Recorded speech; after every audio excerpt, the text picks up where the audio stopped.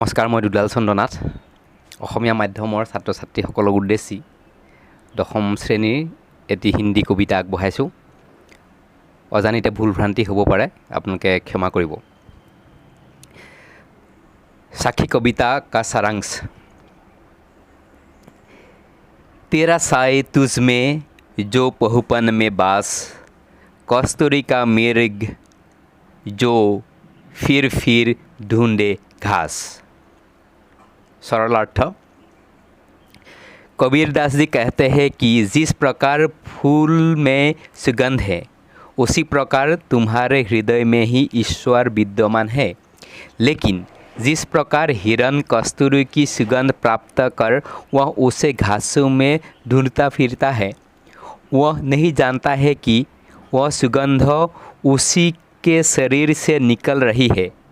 उसी प्रकार तुम अर्थात मनुष्य भी बाहर के धार्मिक स्थानों में ईश्वर को ढूंढते फिरते हो, अपने हृदय में ईश्वर को खोज नहीं पाते हो।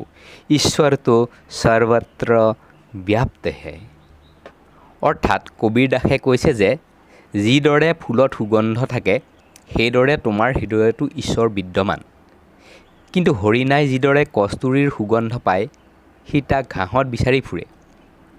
সি নাজানে সেই সুগন্ধ তাৰ শৰীৰৰ পৰাই বিয়পি পৰিছে। সেইদৰে তুমিও অৰ্থাৎ মানুহে বিভিন্ন ধাৰ্মিক স্থানত ঈশ্বৰক বিচাৰি ফুৰা, নিজৰ হৃদয়ৰ ভিতৰত ঈশ্বৰক বিচাৰি নোপোৱা।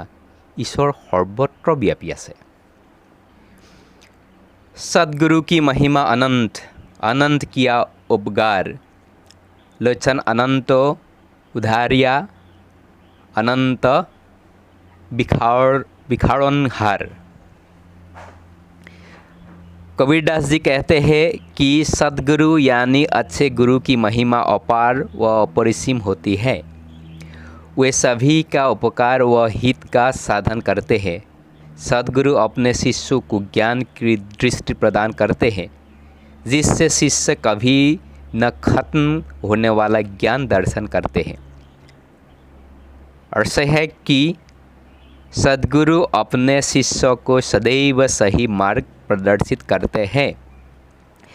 कबीर दासदेवे কৈছে যে সৎগুৰু অৰ্থাৎ ভাল গুৰুৰ মহিমা অপাৰ আৰু অপৰিসীম। তেওঁ সকলোৰে হিত আৰু উপকাৰ সাধন কৰে। সৎগুৰুৱে নিজৰ শিষ্যক জ্ঞানৰ দৃষ্টি প্ৰদান কৰে, যাৰ দ্বাৰা শিষ্যই কেতিয়াও শেষ নোহোৱা জ্ঞানৰ ভাণ্ডাৰ লাভ কৰে। অৰ্থাৎ গুৰুৱে নিজৰ শিষ্যৰ সদায় উচিত মাৰ্গদৰ্শন কৰে।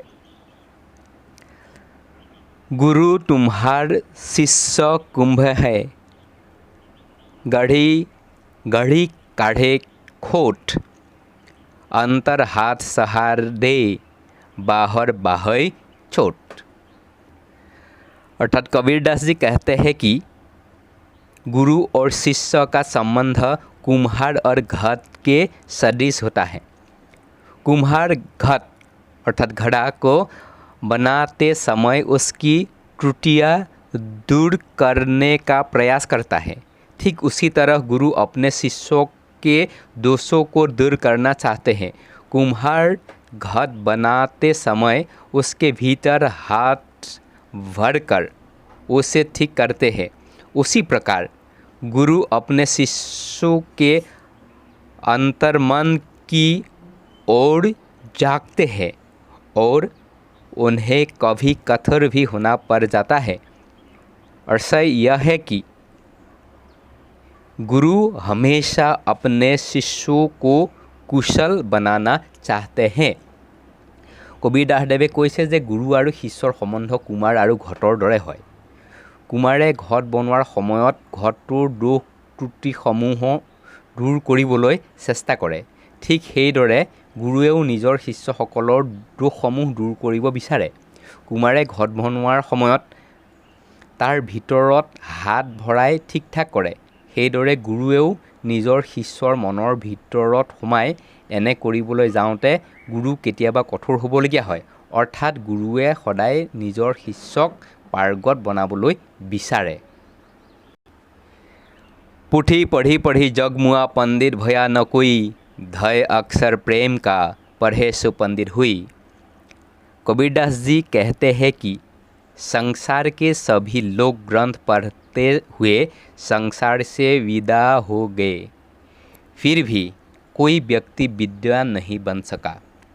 परंतु जिसने भी 2 अक्षर प्रेम का पढ़ा है या पढ़ लिया है, वह इस संसार में पंडित या ज्ञानी कहलाए हैं।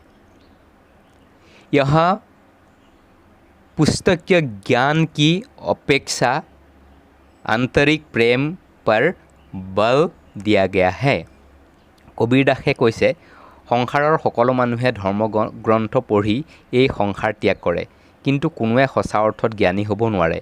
কিন্তু যি ব্যক্তিয়ে কেৱল 2টা আখৰৰ শব্দ প্ৰেম পঢ়ে বা পঢ়িলে, তেওঁ এই সংসাৰত পণ্ডিত বা জ্ঞানী বুলি পৰিচিত হয়। ইয়াত কিতাপৰ জ্ঞানতকৈ আন্তৰিক প্ৰেমৰ গুৰুত্ব অধিক বুলি প্ৰতিপন্ন কৰা হৈছে। নেক্সট, माला फेरत जुग भगाई फिर न मन का फेर, कर का मन का दारी दे मन का फेर। अर्थात संत कबीरदास जी कहते हैं कि हे मन मनुष्य, तुम तो सदियों से हाथ में माला लेकर भगवान के नाम को जप रहे हो, लेकिन तुम्हें मोक्ष नहीं मिला। तुम सच्चे हृदय से ईश्वर का नाम नहीं ले सके, क्योंकि तुम्हारा मन निष्काम नहीं हो सका। तुम अपने मन से विषय वासनाओं को नहीं हटा सके। तुम्हारा मन बुराइयों से मुक्त नहीं हो सका, अतः तुम ईश्वर को पा नहीं सके। तुम हाथ की माला को त्याग दो और अपने मन की माला को फेरो, अर्थात अपने मन के मेल को, मोह माया को छोड़ दो। जब तुम्हारा मन निर्मल व पवित्र होगा, तुम्हें ईश्वर मिलेंगे, तुम मोक्ष प्राप्त करोगे। কবিৰ দাসে কৈছে, হে মন মনুষ্য, তুমি যুগ যুগ ধৰি হাতত মালা লৈ ভগৱানৰ নাম জপ কৰাত ব্যস্ত আছা, কিন্তু তুমি মুক্তি লভা নাই। তুমি পৰিষ্কাৰ হৃদয়েৰে ঈশ্বৰৰ নাম ল'ব নোৱাৰা, কিয়নো তোমাৰ মন নিষ্কাম হ'ব পৰা নাই। তুমি তোমাৰ মনৰ পৰা বিষয় বাসনা আঁতৰাই পেলাব পৰা নাই। তোমাৰ মন বেয়া চিন্তাৰ পৰা মুক্ত নহয়, সেয়েহে তুমি ঈশ্বৰক লাভ কৰিব পৰা নাই। তুমি তোমাৰ হাতৰ মালাডাল ত্যাগ কৰা আৰু মনৰ মালা জপ কৰা, অৰ্থাৎ অন্তৰত থকা মলিবোৰ মায়ামোহ আদি ত্যাগ কৰা, তেতিয়া তোমাৰ মন নিৰ্মল আৰু পবিত্ৰ হৈ পৰিব। তুমিও ঈশ্বৰ প্ৰাপ্তিৰ সুখ পাবা, তুমি মুক্তি লাভ কৰিবা। जाति न पूछू साधु की, पूछ लीजिए ज्ञान, मल कर तलवार का परा रहंदु म्यान। अर्थात संत कबीरदास जी कहते हैं कि तुम किसी संत की जाति पूछकर क्या करोगे?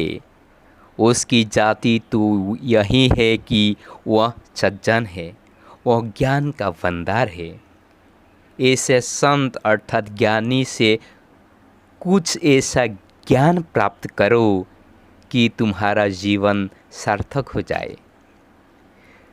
तुम इस संसार रूपी सागर के पार उतर जाओ। चतुर मनुष्य तलवार खरीदते समय उसकी धार और धातु की पहचान करते हैं और उसी का मोल भाव करते हैं, उसके म्यान अर्थात खोल को नहीं देखते। সন্ত কবিৰ দাসে কৈছে, তুমি কোনো সাধু সন্তৰ জাতিৰ বিষয়ে সুধি কি পাবা? তেওঁৰ জাতি হ'ল, তেওঁ এজন সৎলোক, তেওঁ জ্ঞানৰ ভঁৰাল। এনে সাধু অৰ্থাৎ জ্ঞানীৰ পৰা এনেধৰণৰ জ্ঞান লাভ কৰিবলৈ চেষ্টা কৰা, যাৰ ফলত তোমাৰ জীৱন সাৰ্থক হয়। তুমি এই সংসাৰৰূপী সাগৰ পাৰ হ'বলৈ সক্ষম হোৱা। বুদ্ধিয়ক মানুহে তৰোৱাল কিনাৰ সময়ত তাৰ ধাৰ আৰু ধাতুৰ বিষয়তহে বেছি ধ্যান দিয়ে আৰু তাৰ মূল্য তাৰ ওপৰত তাৰ ধাৰ আৰু ধাতুৰ আধাৰত দিবলৈ ইচ্ছা কৰে। তেওঁলোকে তৰোৱালখনৰ খোলাটোৰ ওপৰত সিমান গুৰুত্ব নিদিয়ে। बुरा जो देखन में चला बुरा न मिलिया कोई, जो दिल खोजा अपना मुझसा बुरा न कोई। अर्थात दूसरों की बुराई करने वालों को फटकारते हुए कबीरदास जी कह रहे हैं कि दूसरों की बुराइयों को मैंने तलाशने का प्रयास किया, लेकिन मुझे बुरा व्यक्ति या बुराइयाँ कहीं नज़र नहीं आई। परंतु जब मैंने अपने हृदय में खोजा तो ऐसा लगा मेरे अंदर में ही सारी बुराइयां हैं, यानी इस संसार में मुझसे बुरा कोई नहीं है। अन्यर समालोचना কৰা সকলক নিন্দা কৰি কবিৰদাসে কৈছে, আনৰ দোষ ত্ৰুটিসমূহ বিচাৰিবলৈ মই চেষ্টা কৰিছিলোঁ, কিন্তু মই তেতিয়া মোৰ দোষ ত্ৰুটিসমূহ বিচাৰিব অথবা নিৰীক্ষণ কৰিবলৈ ধৰিলোঁ। তেতিয়া মোৰ এনে লাগিল যেন সংসাৰৰ সকলো দোষ ত্ৰুটি মোৰ মাজতেই সোমাই আছে। এনে লাগিল যেন এই সংসাৰত মোৰ দৰে বেয়া মানুহ কোনো নাই।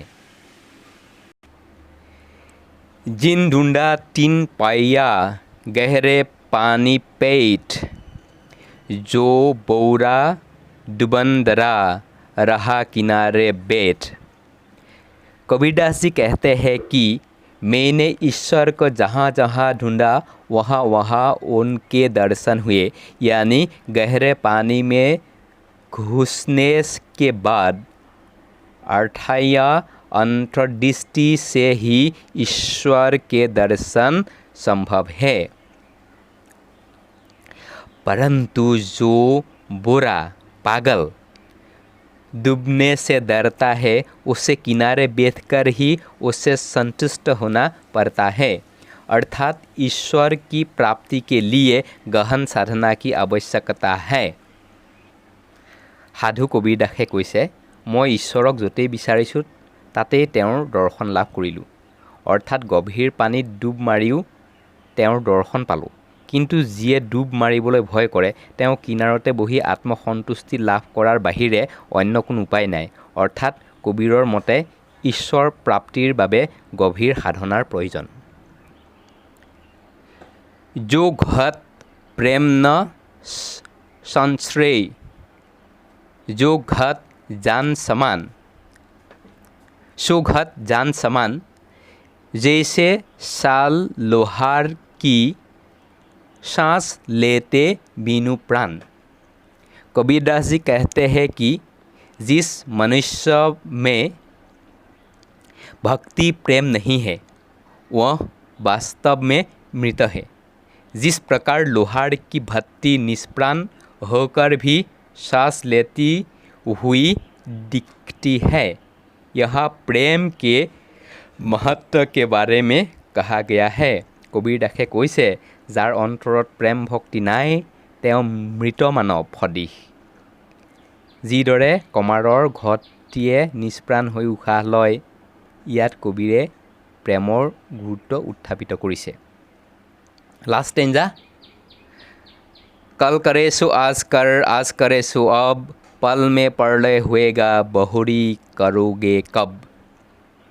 संत कवि कबीरदास जी कहते हैं कि जिस काम को कल करना है उसे आज ही करना चाहिए, उसे कल पर कहकर नहीं टालना चाहिए, और जिस काम को आज करना है उस काम को अभी ही करना चाहिए, क्योंकि कोई नहीं जानता कि पल में प्रलय कब हो जाए, फिर काम कब करोगे, यानी कि समय रहते ही सभी काम को समय पर कर लेना चाहिए, उसे कभी भी टालना नहीं चाहिए। সন্ত কবীৰদাসে কৈছে, যি কাম তুমি কালিলৈ কৰিম বুলি ভাবিছা সেইটো আজিয়েই কৰি পেলোৱা, আৰু আজি ৰাখিম বুলি থোৱা কামটো এতিয়াই কৰা, কিয়নো কালিলৈ বা অলপ পিছত কি পৰিস্থিতি উদ্ভৱ হ'ব কোনেও নাজানে। তেনেকৈয়ে তোমাৰ কাম আধৰুৱা হৈ থাকি যাব। কবিৰে ইয়াৰ দ্বাৰা সকলো কাম সময়ত কৰিবলৈ উপদেশ দিছে। কোনো কামেই পিছুৱাই থ'ব নালাগে। গতিকে ছাত্ৰ ছাত্ৰীসকল, মোৰ ফালৰ পৰা ইমানতে সামৰিছোঁ। আশা কৰোঁ তোমালোকে এইটো খুব মনোযোগেৰে শুনিবা আৰু পাঠটোৰ ভিতৰলৈ সোমাই ইয়াৰ গূঢ় অৰ্থবিলাক বুজিবলৈ যত্ন কৰিবা। নমস্কাৰ।